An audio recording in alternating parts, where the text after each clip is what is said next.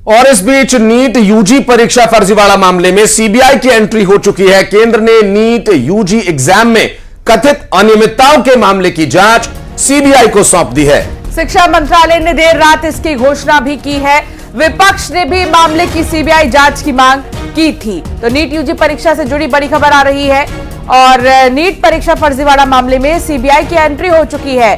CBI जांच की जाएगी, सीबीआई जांच होगी इस पूरे मामले में।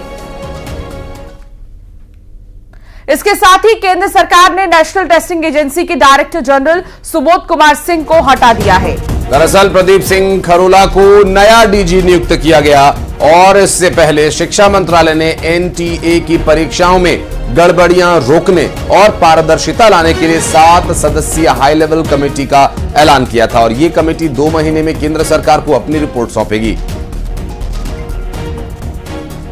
और शंकर आनंद हमारे सहयोगी इस वक्त हमारे साथ फोन लाइन पर जुड़ गए हैं। शंकर, ये नीट यूजी परीक्षा का विवाद तो बढ़ता जा रहा है, लेकिन अब इस बीच सरकार की तरफ से जो प्रयास किए जा रहे हैं उसमें क्या कुछ डिटेल्स मिल पा रही है?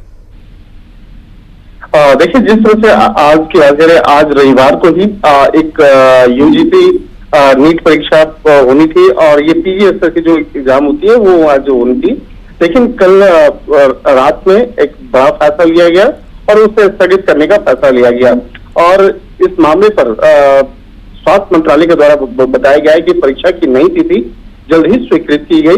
लेकिन जिस तरह से अब इस मामले में केंद्रीय जांच एजेंसी सीबीआई की एंट्री हुई है, जांच एजेंसी इस मामले में अब विस्तार से तफ्तीश करेगी कि किस तरह से इस मामले में क्या अगर प्रश्न पत्र लीक हुआ या कहाँ पे धांधली हुई है, कहाँ पे फर्जीवाड़ा हुआ है, उन तमाम मामलों की पड़ताल करेगी।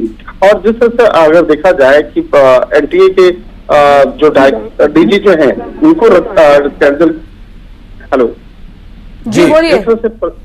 जिस प्रदीप सिंह खरोला की अगर बात करें तो नए डीजी उनको नियुक्त किया गया है और इनसे पहले सुबोध कुमार सिंह थे, लेकिन सुबोध सिंह पर जिस तरह से इल्जाम लगे थे तो एक तरह से कहा जा सकता है अपने आप में एक बड़ा वो मामला कहा जा सकता है। और जिस तरह से अगर हम कमेटी के 7 सदस्यों की अगर बात करें तो इसमें डॉक्टर के राधाकृष्णन है जो पूर्व इसरो चीफ है, वो इनमें कमेटी बनाए गए हैं जो इन तमाम मामलों की पड़ताल करेंगे।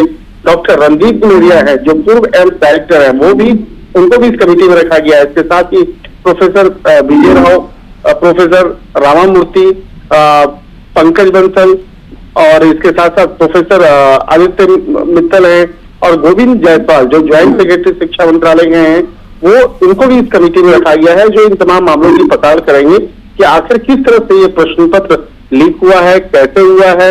हालांकि एक तरफ देखा जाए सीबीआई की एंट्री हो चुकी है, सीबीआई इस मामले की पड़ताल में जुटी है, लेकिन जिस तरह से अगर देखा जाए एनटीए के द्वारा पिछले कुछ दिनों के दौरान में कई ऐसे प्रश्न पत्र लीक हुए हैं जो अब इस मामले में अब जब सीबीआई की एंट्री हुई है तो सीबीआई इस मामले में विस्तार से तफ्तीश करेगी। बहुत शुक्रिया शंकर जानकारी साझा करने के लिए।